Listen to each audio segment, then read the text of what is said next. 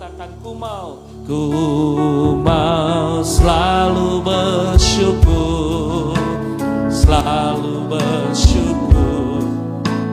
Kau Tuhan yang setia, yang selalu menopang.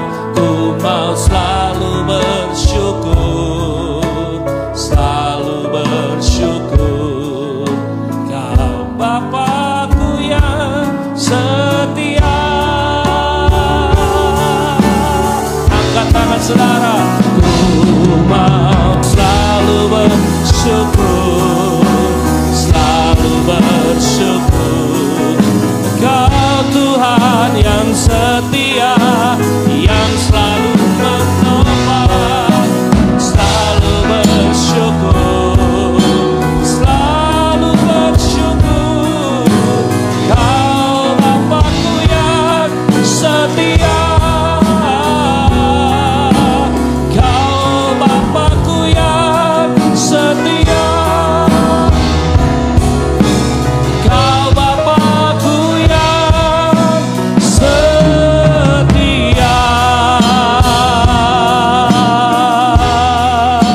Terima kasih Tuhan, kami bersyukur kepadamu. Berbicaralah buat kami Tuhan, setiap jemaat-Mu yang pagi hari ini menembus hujan deras dan menembus juga Broad Street. Beberapa di antara mereka nggak bisa datang, tapi kalau kami boleh ada di sini untuk memuji dan menyembah Tuhan, kami tahu Engkau akan berkati kami untuk kami jadi berkat. Berkati Koden yang kami menyampaikan kebenaran firman-Mu. Kami percaya firman-Mu menguatkan, meneguhkan setiap kami. Segala puji hormat kemuliaan bagi-Mu ya Aba ya Bapa. Berbicara buat kami dalam nama Yesus. Yang siap mendengarkan firman Tuhan bersama-sama katakan amin. Haleluya. Minum dulu. Silakan duduk Bapak Ibu Saudara. Hari Rabu saya dikontak, Koden datang, saya mau datang hari Minggu, langsung ya saudara. Kita nggak pernah tahu kapan Tuhan Yesus datang dan kapan Koden datang. Yang penting we always welcome. Haleluya. Thank you Koden. Memang orang Nation Worship Center sabar-sabar. Nunggu dari tadi. Iya. Ya, baik yang mengikuti di rumah, operator saya dari Jogja khusus dipanggil datang. Pak Denny. Den, wifi-nya tekanin ya. Enggak apa-apa, itu nanti aja urusannya. Siap untuk belajar firman Tuhan? Oke, baik. Lagi sekali terima kasih kepada Bapak Ibu Gembala dan tim pelayanan yang memberikan kesempatan saya boleh. Maaf saya terlambat 1 jam lebih ini ya. Tapi saudara tetap semangat untuk belajar. Baik, kita buka ayat yang pertama sebagai pedoman untuk kita belajar mengerti isi hati Tuhan lebih dalam lagi. Efesus pasal yang pertama ayat yang keempat. Efesus pertama ayat keempat. Kita lihat. Sebab di dalam Yesus Kristus Tuhan, Bapa di surga telah memilih kita sebelum dunia dijadikan. Pelan-pelan. Apa arti kata dipilih? Ayo saya tanya, apa arti kata dipilih? Masa gak pernah milih sih? Susah sekali. Apa arti kata dipilih? Apa? Dimiliki. Cari kalimat kata lain lagi. Dipilih. Layak. Ayo yang lain jangan diam dong. Spesial. Nah itu hampir betul. Dipercaya. Dipisahkan dari yang lain. Mendengar kata dipilih. Itu artinya indah atau jelek atau biasa saja? Artinya luar biasa. Apalagi kalau yang memilih kita adalah Tuhan. Tuhan bakal salah pilih gak? Jawab, Tuhan bisa salah pilih? Tidak. Tapi ada loh kisah. Yudas. Kalau kita mikir bisa nggak kita anggap Tuhan salah pilih? Kenapa Yudas? Dan Lukas 6 menulis Waktu Tuhan Yesus memilih itu dengan doa semalam. Masa milih 12 orang dengan doa semalam berarti berapa jam itu? Kok salah pilih? Tidak. Tapi kenapa kok Yudas jadi begitu? Nah, kembali kepada prinsip pilihan kita. Betul enggak? Siapa yang pernah bertanya, kenapa Yudas kok dipilih? Saya punya jawaban. Kalau Yudas enggak kepilih, kita pun enggak kepilih. Oh enggak, amin. Loh, betul enggak? Kalau Yudas enggak kepilih, kita pun enggak kepilih. Loh, betul atau salah kalimat ini? Karena kita kan modelnya kayak Yudas juga. Ini enggak amin. Apa sih modelnya Yudas itu? Paling gampang kita menemukan kalimat ini. Yudas itu orang doyan duit. Betul? Lah kita? Iya dong. Kalau nggak doyan duit ngapain jauh-jauh dari Indonesia ke Philadelphia? Maaf, jangan tersinggung. Ributnya suami istri. Hal terbesar pasti karena duit. Betul? Anak-anak rata-rata baik. Tapi mantu-mantu belum tentu loh. Loh ya atau tidak? Berapa banyak keluarga-keluarga kaya jadi ribut. Waktu anak-anak masih belum menikah, aduh rukun. Mantu-mantu, maaf ya, jangan tersinggung. Kalau saudara tersinggung jadi mantu, ya itu orangnya kali. Aduh, maaf. Kan saya ngomongnya umum, nggak nunjuk satu persatu. Jadi semua itu karena urusan duit. Kalau Yudas tidak mata duitan, dia nggak akan kok jual Yesus. Betul nggak? Maka itu jangan kita merasa lebih hebat dari Yudas. Itu sebabnya ketika ada orang bertanya, ya kenapa Yesus milih Yudas? Jawabannya,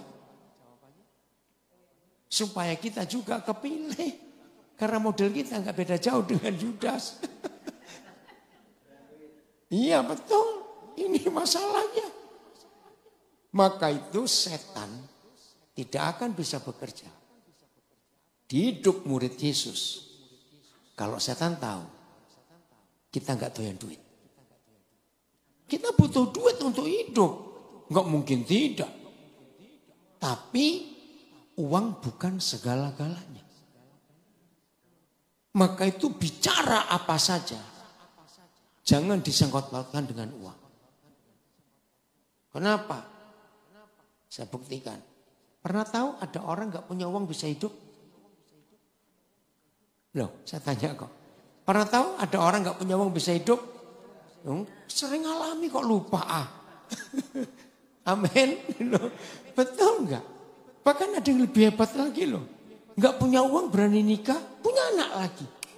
Itu luar biasa. Nah, ayo tertawa sama-sama. Maksudnya begitu. Maka itu jangan mempermasalahkan uang dalam hidup. Karena enggak punya uang pun orang bisa hidup. Ya, yang penting kita mau berjuang. Itu dia. Nah, kembali ke ayat ini. Kita sudah dipilih. Bukan akan dipilih atau baru dipilih. Sudah dipilih. Sejak kapan? Ini luar biasa. Ayo Efesus 1 ayat 4 tadi. Sejak kapan kita sudah dipilih? Bukan itu ayatnya. Kalau dalam kandungan masih kependekan. Sebelum dunia dijadikan. Ini luar biasa. Nah kalau sebelum dunia dijadikan.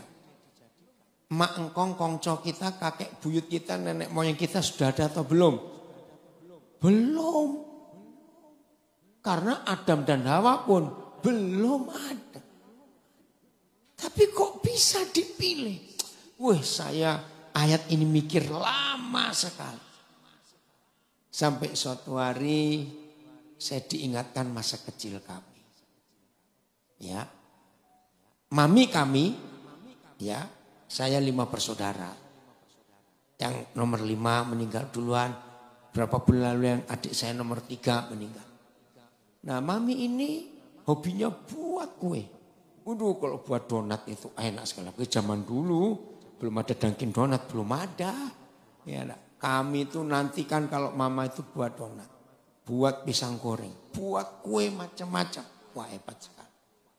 Tiba-tiba dikasih pengertian ayat ini. Saya tanya kepada saudara yang bisa buat donat, buat pisang goreng, buat kue-kue lah. Waktu masih di tempat tidur pagi. Terus saudara punya ide. Aku hari ini akan buat donat. Aku akan buat donat 1000 biji misalnya. Saya kasih Pak Beni 200. Saya bagi ke jemaat NWC 400. Lalu sisanya yang 400 lagi akan dibagi-bagi kemana saja.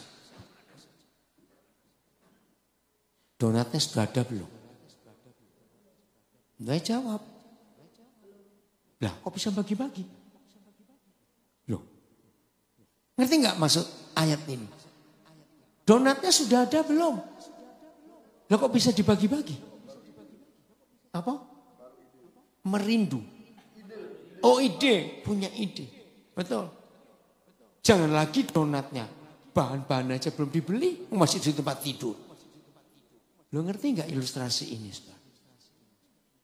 Terus bisa nggak saudara bisa buat donat itu punya ide. Aku hari ini mau buat donat yang unik, nggak bundar, segitiga, segi 4 gitu. Yang benjol misalnya. Bisa nggak punya ide begitu? Ada yang protes? Enggak, mau-maunya dia kok ini buat kok protes. Apalagi tinggal makan aja, protes terus. Bahannya belum ada, tapi di pikiran orang yang bisa buat donat itu, donatnya sudah ada. Mau dibagi ke siapa? Maaf, misalnya mau dimakankan anjing pun ada yang protes. Loh jawab, ada yang protes? Kenapa enggak ada yang protes? Dia yang buat doa. Ngapain kita protes? Seperti itu Tuhan dengan kita. Kita sudah dipilih sebelum dunia ada. Orang yang bisa buat ini, buat itu, sudah menetapkan berapa yang dia mau buat. Dan mau dikasih ke siapa, mau jadi model apa. Itu hak yang buat. Maka itu kalau kita mendengar papa kita itu pencipta. Bisa ngerti sekarang dengan ilustrasi donat tadi? Begitu pula pabrik-pabrik. Nah saudara yang tinggal di Philadelphia paling banyak kerjanya di pabrik. Lihat pabrik-pabrik itu. Buat apa saja. Karyawan boleh protes nggak? Nggak boleh, cuma kerja saja kok. Itu hak dia. Mau dibuat model apa, mau dikasih warna apa, mau dibuat untuk apa. Dia yang punya hak pabrik itu. Tapi ada syaratnya. Ada ketentuannya. Saudara dan saya dipilih sebelum dunia dijadikan. Supaya, baca. 1, supaya apa itu ayat itu loh. Kita kudus. 2, tak bercacat di hadapannya. Artinya sempurna enggak? Artinya sempurna tidak? Sempurna. Maaf. Sesederhana-sederhananya sebuah pabrik. Mungkin enggak memproduksi apa saja asal-asalan. Ngerti pertanyaannya? Ayo. Betul, mereka karena asal-asalan memproduksi sesuatu. Walaupun itu pabrik sederhana sekali. Enggak. Ini papa kita. Dia pilih kita sebelum dunia dijadikan. Lalu kita dibuatnya supaya apa? Ayo supaya hidup apa, cepat baca itu. Kudus dan sempurna. Enggak ada cacatnya. Ini tujuannya. Tapi fakta dalam hidup manusia. Lebih banyak yang kudus atau yang kudis? Hanya untuk membandingkan saja. Lebih banyak yang kudus atau yang kudis? Nah, lebih banyak yang sempurna atau lebih banyak yang cacat? Kok bisa? Nah, di sini ada kerjasama kita dengan Tuhan. Saya beri contoh anak-anak. Ada enggak orang tua, papa, mama punya anak, cita-citanya? Aku pengen punya anak 3. Yang 1 biar jadi maling. 2 biar jadi pelacur. Yang 3 biar jadi bandar narkoba. Maaf, ilustrasi jelek. Ada enggak? Tapi faktanya? Loh, faktanya ada anak-anak yang begitu. Padahal orang tuanya maunya baik. Berarti seperti itu Papa di surga. Dia mau supaya kita kudus dan tak bercacat. Itu ketetapannya. Tapi Tuhan gak bisa memaksa kita. Katakan amin. Itu pilihan kita. Saya mau buktikan. Berapa murid Tuhan Yesus? 12. Jadi 12 kalau saya sebut nama Petrus, Thomas, Yudas. Kita langsung mikir apa?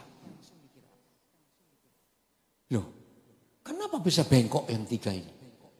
Yang 9 kok tidak? Dengar pertanyaan saya. Untuk 12 orang ini, apakah Tuhan Yesus khotbahnya beda untuk yang 9 dan yang 3?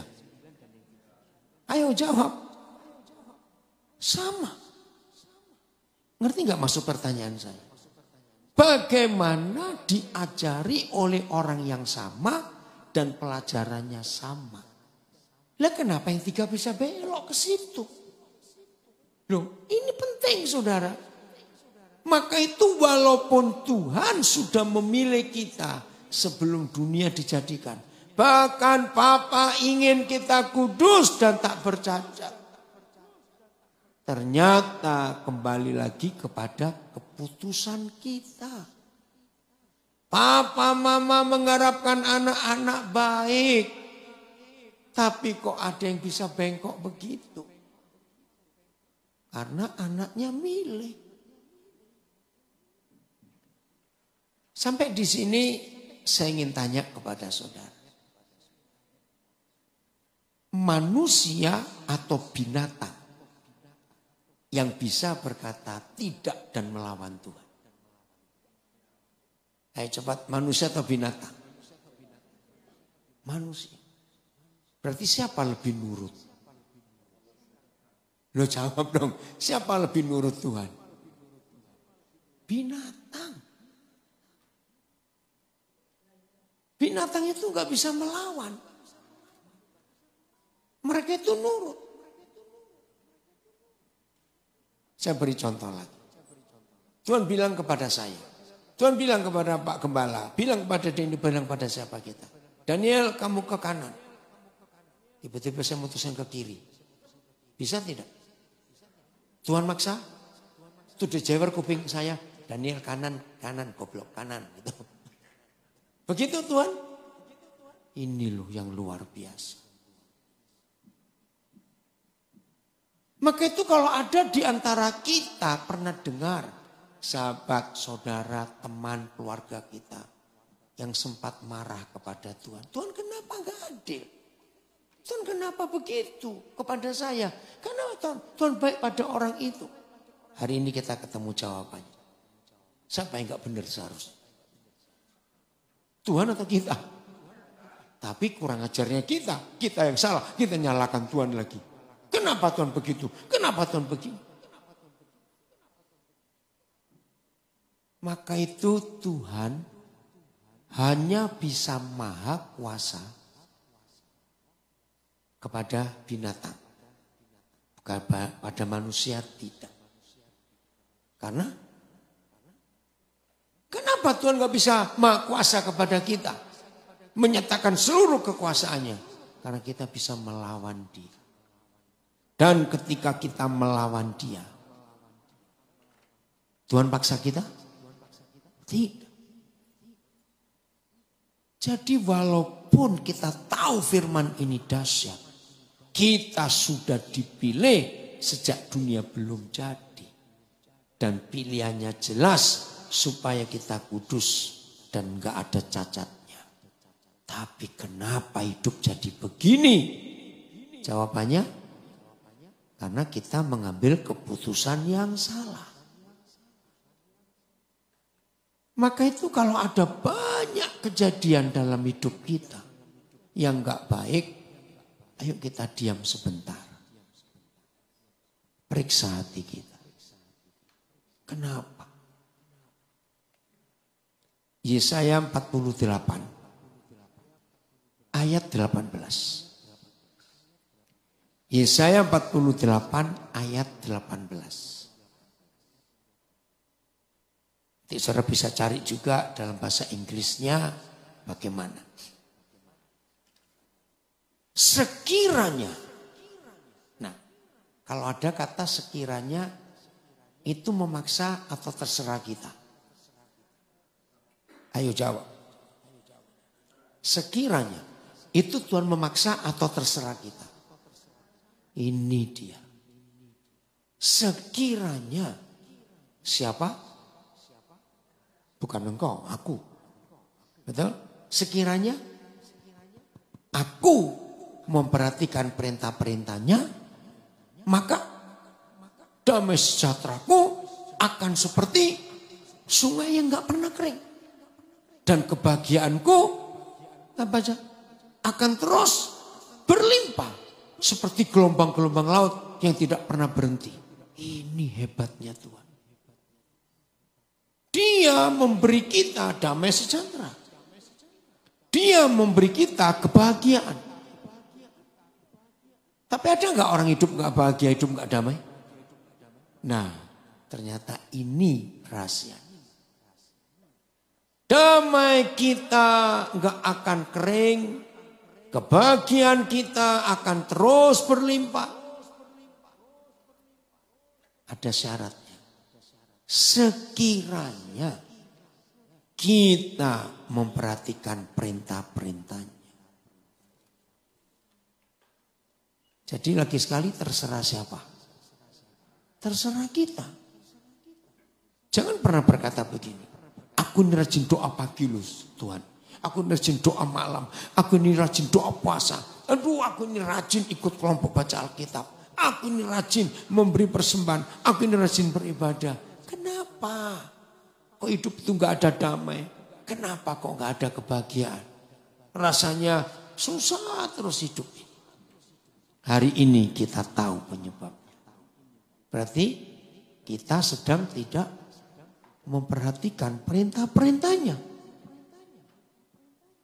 Oke, saya beri contoh lain lagi.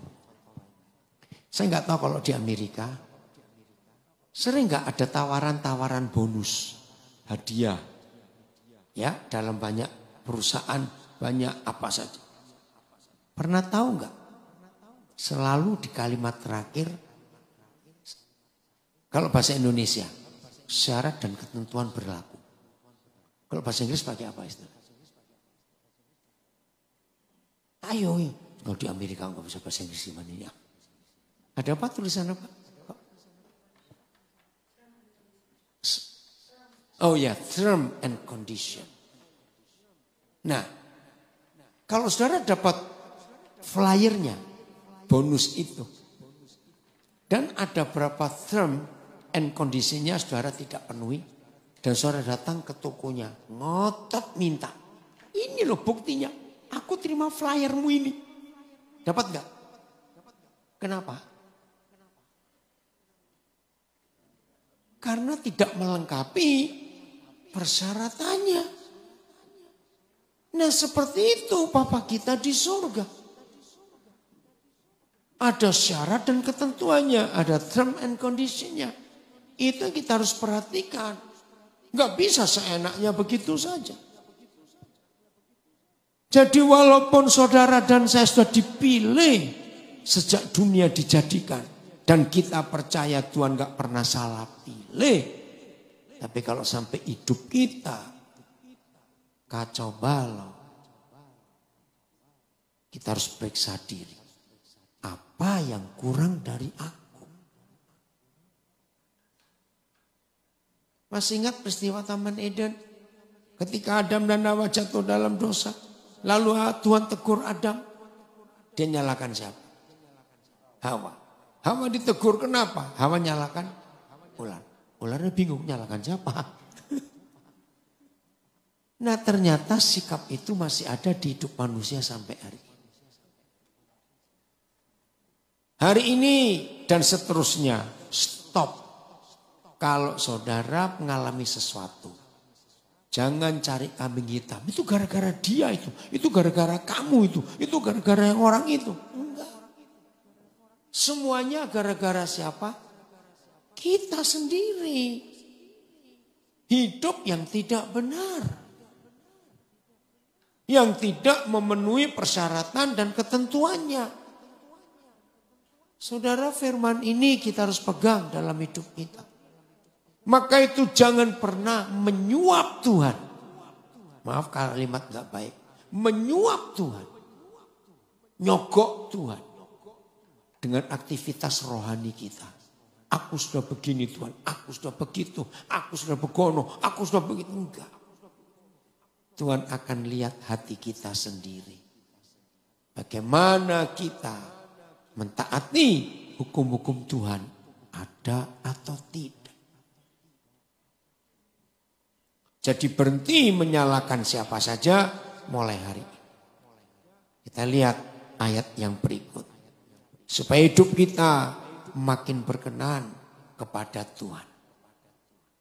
Markus 7. Mulai ayat 20.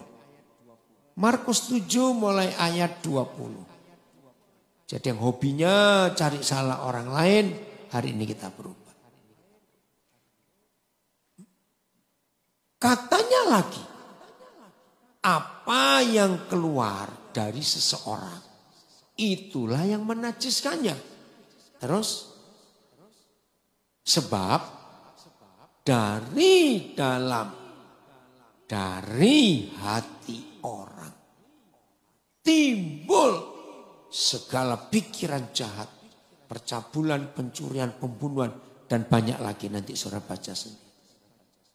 Saudara, Tuhan Yesus mengajar kita dengan konsep yang sangat sederhana. Tapi ini kebenaran yang luar biasa.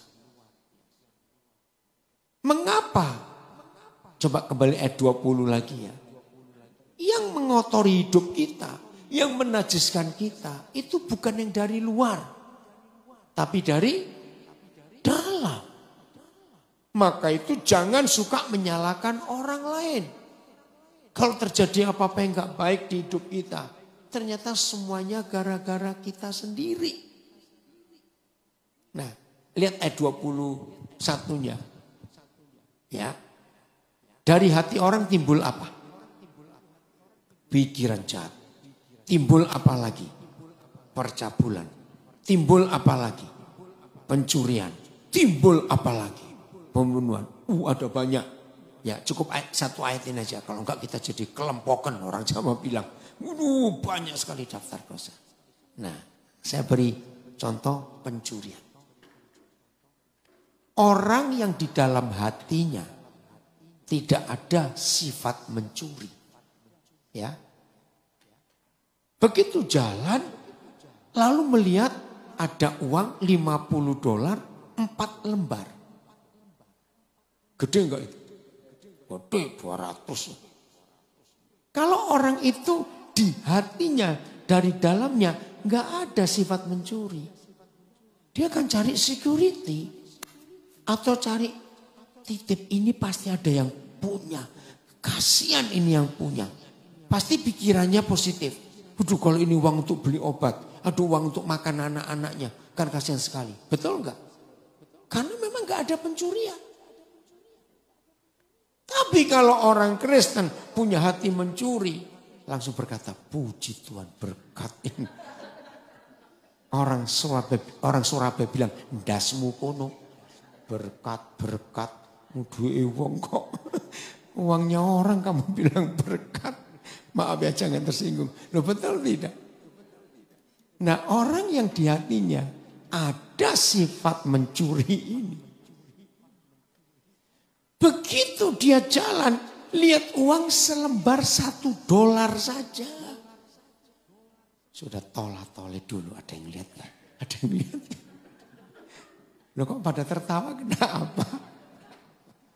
Jadi salah uangnya atau salah orangnya? Jangan nyalakan uangnya, karena ada yang bilang, loh itu salahnya. Kenapa dia nggak pegang uang hati-hati? Kok sampai jatuh? Oh, dasar maling kon. Gitu aja sudah, maaf. Dasar pencuri kamu, nyalakan yang bawa uang lagi. Nah, kalau hati kita bersih, nggak ada yang jahat-jahat. Sebelum pencurian ada kata apa?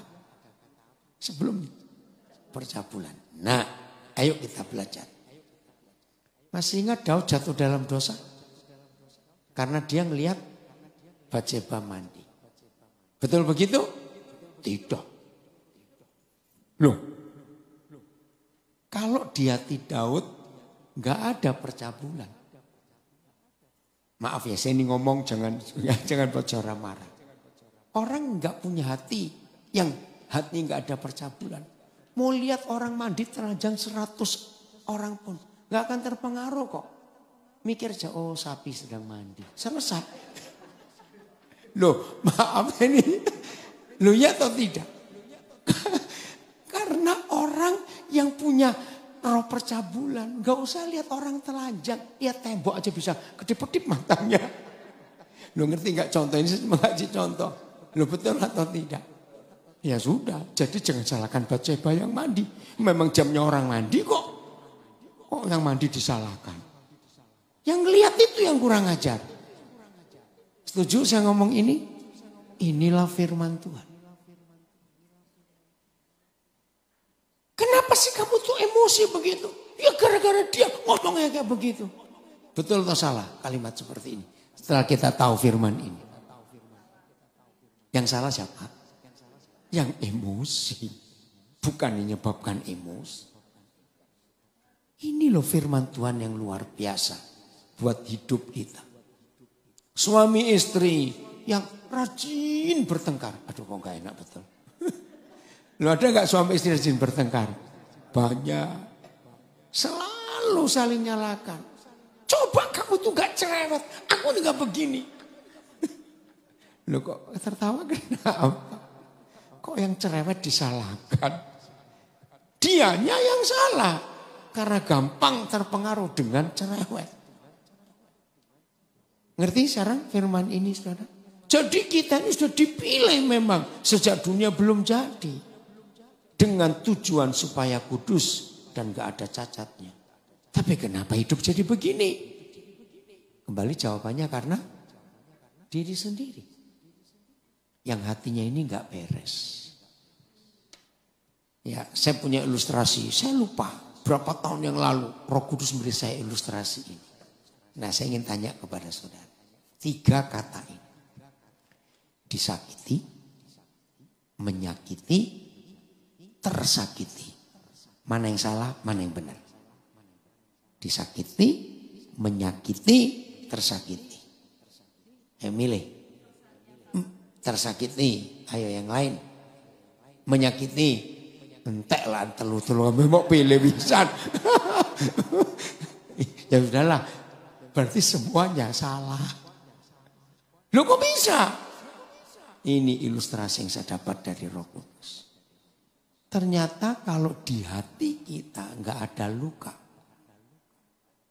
kita tuh nggak bisa tersakiti, kita nggak bisa disakiti, dan kita nggak akan menyakiti. Maka itu dalam psikologi ada kalimat ini. Hurt people, hurting others. Jadi orang yang sakit, dia kan cenderung nyakitin orang lain. Contoh waktu COVID. Kalau kita hitung, ya contoh Indonesia saja. Indonesia itu 285 juta penduduknya. Yang meninggal karena COVID itu nggak sampai 1 juta. Hanya sekian ratus ribu. Kalau dibanding dengan 285 juta. Yang meninggal lebih banyak atau yang hidup lebih banyak? Nah, kecil cuma berapa persen? Pertanyaannya, kalau imun kita kuat, walaupun kumpul orang yang positif COVID, bisa ketularan enggak? Ya itu. Jadi kalau ada di antara kita kena, itu karena kitanya yang enggak sehat. Bukan yang nulari yang salah. Loh betul atau tidak? Maka itu ketika kasus COVID itu ada yang kena. Selalu pertanyaannya, kamu kena dari siapa? Itu pertanyaan yang salah.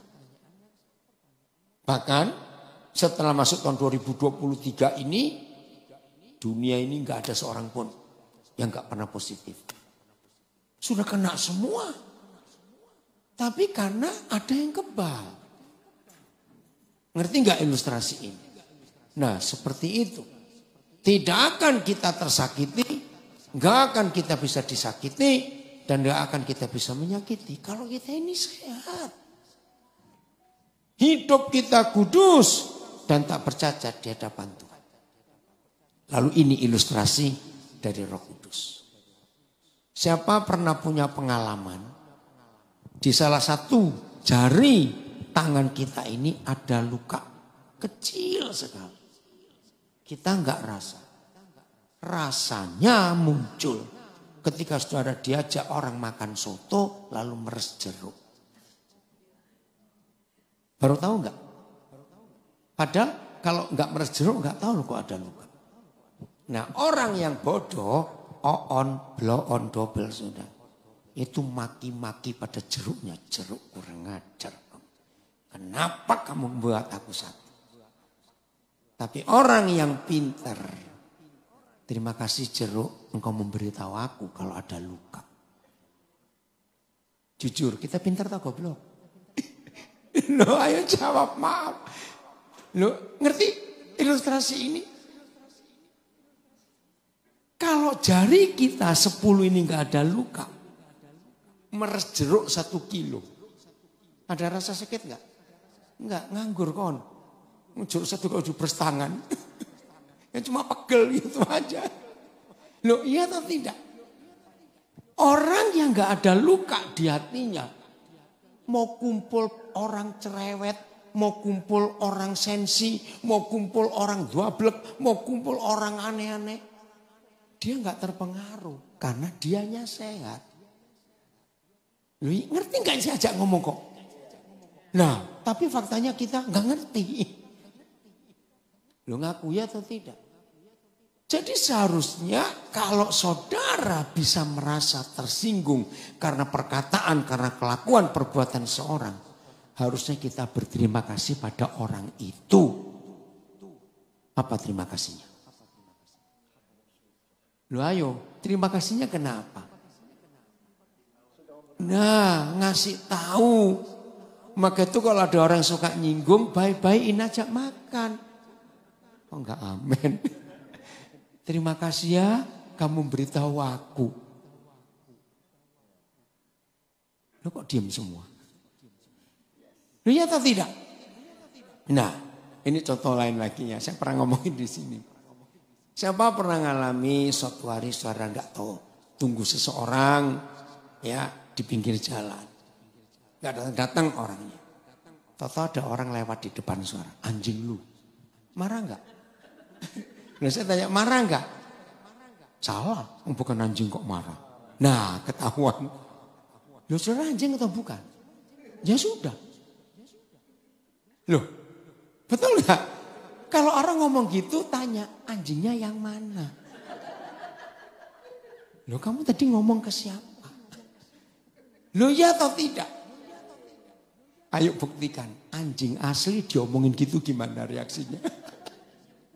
Ayo anjing beneran, anjing lu. Anjingnya ngapain? Ngelirik aja enggak. Nah yang enggak asli kok marah itu loh. Oh Tuhan ampuni kami. Selama ini kami bodoh betul. Saudara mentertawai siapa? Loh saya tanya, saudara mentertawai siapa? Puji Tuhan sadar juga. Lu ini loh hidup yang benar sesuai firman Tuhan. Amin. Kalau hidup kita seperti ini, aman gak dunia ini? Aman. Jadi kalau dunia gak aman gara-gara siapa? Ya kita sendiri. Karena kita belum sembuh. Jadi orang yang gak sakit, itu gak akan terpengaruh oleh keadaan apapun juga. Karena dia sehat.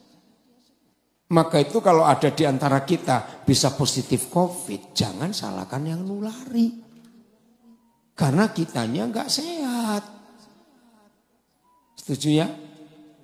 Maka itu seringkali Tuhan itu pusing gara-gara kelakuan kita. Betul nggak? Tuhan pusing lihat kelakuan kita ini. Hari ini kita bertobat. Jadi segala sesuatu yang buat kita najis yang dari dalam atau dari luar. Dari dalam sendiri yang enggak beres. Betulkan hati ini. Kuduskan hati ini. Minta Tuhan menyucikan. Nah kapan hati ini bisa bersih? Jangan minum sabun. Aduh. Betul enggak? Kalau tahu mulut kotor, hati kotor, jangan minum sabun. Bersihkan hati. Sumbernya itu di sini. Gimana kita bisa bersih? Yohanes 15 ayat 3, maaf. Yohanes 15 ayat 3. Jadi hidup itu enak loh saudara, betul enggak? Kalau kita mentaati firman ini, hidup itu bakal ringan atau berat? Loh jawab dong, bakal ringan atau berat? Ringan. Enggak gampang tersinggung, enggak gampang panas hati, enggak gampang kecewa. Karena semuanya sadar aku yang salah. Bukan orang lain. Kata kamu ganti aku. Ya. Ku ganti kau katakan. 1, 2, 3. Aku memang sudah bersih. Karena firman yang telah kau katakan kepadaku. Jadi inilah deterjennya hati dan mulut. Betul? Kalau firman itu masuk ke hidup kita. Otomatis kita langsung bersih. Yang buat kotor itu kata orang. Yang membuat bersih hidup itu kata Tuhan. Ayo jujur. Ada enggak orang disetir oleh kata orang? Banyak. Itu orang paling bodoh sedunia. Ya. Contoh ya. Kalau ada yang pernah ngalami bertobat. Kalau belum ya siap-siap. Tidak sedikit orang menikah pengantin baru gak bahagia. Karena kena beban hutang. Ada gak? Gara-gara? Nah pesta. Betul gak? Nah orang seperti itu orang paling goblok sedunia. Karena apa? Karena nuruti kata orang. Pasti orang-orang ada yang ngomong gini. Baik kepada orang tua si pengantin maupun pada pengantinnya. Loh, kamu mantu nggak pesta? Nanti orang ngomong apa? Pernah dengar nggak orang ngomong gitu? Wih, itu kata itu mempengaruhi loh. Iya ya, orang ngomong apa nanti ya tentang keluarga kita? Nah itu orang goblok. Saya punya jawaban. Kalau saudara menikah dan gak mau pesta, tapi diomongin orang gitu, jawabannya gini. Oh, yang pengen pestakan kamu. Ya udah kamu buat pesta, aku yang datang. Betul atau salah kalimat ini? Ya gak mau dong. Nah, ketahuan. Itulah orang-orang kurang ajar. Hanya mau makan gratis kalau ada orang menikah. Kurang ajar gak orang kayak begitu? Jangan diturutin goblok. Betul? Untuk apa kata orang kita perhatikan? Berarti banyak yang bodoh enggak? Ampuni kami Tuhan. Maka itu hanya kata-kata Tuhan yang membuat hidup itu bersih. Tapi kata orang itu mengotori hidup. Setuju? Ya ayo berubah. Tidak sedikit orang punya utang. Gara-gara orang ngomong, mobilmu kok gak ganti? 4 tahun di Amerika mobil butut terus. Loh kok diturutin omongan kita? Jawabannya apa? Ya kamu yang beli dong, kamu yang pengen aku ganti mobil kok. Setuju ya? Maka itu saya punya ilustrasi ini. Kenapa firman Tuhan susah diingat, tapi firman mama mertua ingat terus? Jawab ya atau ya atau enggak. Puji Tuhan yang enggak punya mertua. Haleluya. Mengapa firman mama mertua diingat terus? Karena direnungkan siang dan malam. Yang harusnya firman Tuhan yang direnungkan siang dan malam. Firman mama mertua. Ya kotor semua hidup ini. Maaf ya mama mertua, jangan marah. Ya inilah contoh dalam hidup. Kalau kita mau bersih bagaimana? Kalau mau bersih bagaimana? Firman. Renungkan, masukkan, dengarkan, simpan. Itu luar biasa. Nah lagi sekali hidup seperti ini bakal enak, ringan gak? Woi ringan, enak sekali. Hati dan pikiran kita. Dengar ya. Hati dan pikiran kita. Ini bisa jadi tempat sampah. Tapi juga bisa jadi tempat perhiasan yang mahal-mahal. Setuju saya ngomong ini? Tergantung kita. Kalau hati kita dan pikiran kita jadikan tempat sampah. Ya bodohnya kita sendiri. Orang ngomong ini masuk. Orang ngomong itu simpan. Terus begitu. Nah tiap hari ketemu berapa orang. Kumpulkan sebulan sampahmu penuh. Betul enggak? Hidup jadi sesat. Karena sampah-sampah itu. Maka itu Papa minta jaga hati. Pelihara hati. Amsal 4:23. Supaya kita enggak kotor di hidup ini. Amsal 4:23.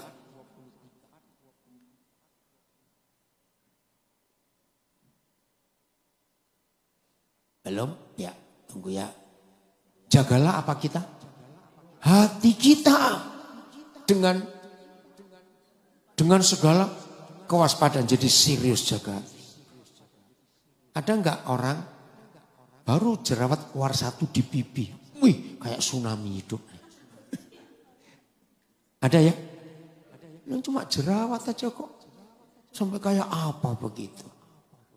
Nah, jangan pipi kita yang kita jaga. Jangan kuku kita yang kita pelihara. Tapi hati. Dengan segala keseriusan, kewaspadaan. Karena dari situlah terpancar kehidupan. Di komputer gereja ada aplikasi Sabda enggak? Nah coba Sabda cari yang BIS. Kata-katanya. Yang terjemahan BIS itu bagus sekali. Ada? Nah aplikasi Sabda ini hebat. Kalau saya enggak salah hitung dengan aplikasi Sabda ini. Kita punya kurang lebih 14 Alkitab bahasa Indonesia yang berbeda terjemahan.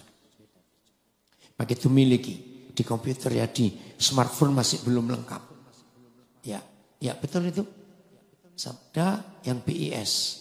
Gak apa-apa, keluarin semua. Saya coba mendelik mata saya bisa baca dengan baik. BIS. Ya. Oh terima kasih ya Pak juga. Jagalah, baca sama-sama BIS ya. Di bawah AYT, ayo keluar lagi. Terus lihat turun di bawah ayat. Nah ini. Ada TSI juga bagus ya. Kita baca yang BES-nya. 1, 2, 3. Jagalah hatiku baik-baik. Sebab hatiku menentukan jalan hidupku. Keren gak ini? TSI-nya. 1, 2, 3. Jagalah hatiku dengan waspada. Karena hati menentukan segala pilihan apa? Habis. Segala pilihan ada kok. Naik lagi. Oh turun enggak naik. Ya. Terus. Bukan. Nah itu. Nah saya ulangi ya TSI. Jagalah hatiku dengan waspada. Karena hati menentukan segala pilihan hidupku. Jadi hati itu pusat saudara. Jangan dikotori. Setuju? Dengan khawatir, takut, jengkel, tersinggung. Itu merusak semuanya. Ayat berikut yang terakhir. Pikiran kita. Filipi 4 ayat 8. Ini yang terakhir. Filipi 4 ayat 8. Jangan simpan sampah. Katakan amin. Di hati dan pikiran kita jangan. Apalagi kalau yang hobinya suka begini. Ingat dulu ya. Dulu. Orang yang suka ngomong dulu itu ngurusin sampah. Maka itu suami istri pun tidak boleh ada kata ingat dulu ya. Ingat dulu 3 hari sebelum kita menikah, mama lu ngomong apa? Awas ngomongin begitu. Jadi itu ngomongin siapa itu? Mama mertua. Itu merusak dulu itu merusak. Jadi akhirnya saudara-saudara berapa hal? Semua yang benar. 1. Semua yang mulia. 2. Semua yang adil. 3. 4. Semua yang suci. 5. Semua yang manis. 6. Semua yang sedap didengar. 7. Semua yang disebut kebajikan. 8. Semua yang patut dipuji. Suruh apa? Pikirkan semua itu. Kalau ada orang gak bisa tidur, bukan karena lapar. Pernah tahu ada orang kekenyangan pun gak bisa tidur? Tolong yang di Zoom, siapa ini? Ya. Saudara perhatikan. Orang gak bisa tidur, karena sebelum tidur pikirannya kemana-mana. Khawatir, takut. Ingat orang ngomong ini, ingat tetangga ngomong itu, ingat. Itu orang gak bisa tidur. Maka itu firman ini luar biasa. Semua yang benar, semua yang mulia, semua yang adil, semua yang suci, semua yang manis, semua yang sedap didengar, semua yang disebut kebajikan, semua yang patut dipuji. Pikirkanlah semuanya itu. Saya cuma cerita ya, jangan saudara mikir macam-macam. Tanggal, sebentar, hari Kamis. Kamis yang lalu tanggal berapa ya? Minggu yang lalu. Kok lupa saya? 20. Coba cari. Enggak. Oh iya betul. 20 ya Kamis ya. Saya berangkat dari Jakarta ke Amsterdam. Tiba hari Jumat di Amsterdam. Nah, hari Sabtu saya sudah ada kesibukan. Hari Minggu saya pelayanan ke Rotterdam. Selesai pelayanan saya dengan 3 anak saya, kami ke Paris. Selesai di Paris, besok pagi-pagi kami berangkat ke Perancis Selatan. Itu hari Senin jadi. Selasa kami masuk ke Swiss. Rabu kami masih di Swiss. Rabu malam kami ke Jerman. Nginap di Jerman. Jumat balik lagi ke Belanda. Sebentar, kok salah. Kamis saya balik ke Belanda. Lalu, oh iya betul, Kamis balik ke Belanda. Jumat pagi dari Belanda saya ke Washington DC. Tiba Jumat sore. Jumat sore tiba, cuma 3 jam langsung ada pelayanan. Kalau saya ngikuti Zoom saya. Jumat malam saya tidur, Sabtu pagi kemarin berangkat ke Philadelphia. Harusnya jet lag enggak? Tapi saya nggak pernah jet lag. Itu anugerah Tuhan yang luar biasa. Sampai Rabu saya di villa, Rabu pagi saya ke Atlanta. Sampai Kamis di Atlanta, Jumat saya balik ke DC, ada pelayanan lagi. Lalu Sabtu depan saya balik ke Philadelphia. Sampai Minggu ada pelayanan. Senin pagi saya balik ke Belanda lagi. Mau ikut? Dan saya tuh, Tuhan tolong betul gara-gara firman ini. Saya nggak pernah ngizinkan kekhawatiran ada di hidup saya. Saya nggak pernah ngizinkan ketakutan ngotori pikiran saya. Karena ada Papa yang baik. Ada firman yang bisa membersihkan ini. Amin. Itu anugerah Tuhan yang luar biasa. Lalu tadi pagi anak saya nyetir mobil ya dari Rotterdam, Paris, Prancis Selatan, Prancis Selatan, Swiss semua. Dia ngitung, Pak, kita jalan itu hampir 3.600 kilo. Dalam waktu enggak sampai seminggu. 3.500 sekian. Wih, saya kaget juga, begitu banyak. Karena firman ini, saya nikmati hidup ini betul-betul karena kebaikan Tuhan. Enggak boleh ada yang menyakiti, mengotori, merusak hati dan pikiran. Setuju? Inilah kehidupan yang luar biasa yang Tuhan percayakan kepada kita. Mau hidup seperti ini? Betul? Kalau hidup seperti ini, apotek tutup. Dokter cuma ngasih vitamin. Gak perlu untuk yang macam-macam. Serius. Ini hidup buat kita sehat luar biasa. Selamat menikmati firman Tuhan. Dan selamat jadi berkat buat banyak orang. Lewat hidup kita. Ayo tepuk tangan buat Tuhan Yesus. Haleluya. Yang ikuti di Indonesia di mana saja hidup dengan kebenaran ini. Jadi stop ya nyalakan orang lain. Yang salah padahal siapa? Kita sendiri. Puji Tuhan. Pak Gembala silakan. Amin. Dan dikuduskannya bahwa kemuliaan hanya bagi Dia. Kamu dipilih dari segala bangsa.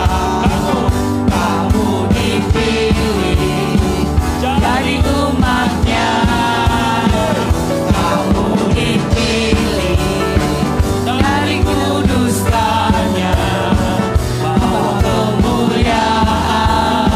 Hanya bagi Dia. Terimalah kemuliaan dan hormat kami. Terimalah sembah kami, pujian kami. Terimalah kemuliaan dan hormat kami. Terimalah sembah dan pujian kami. Terimalah sembah dan pujian kami. Terimalah sembah dan pujian kami.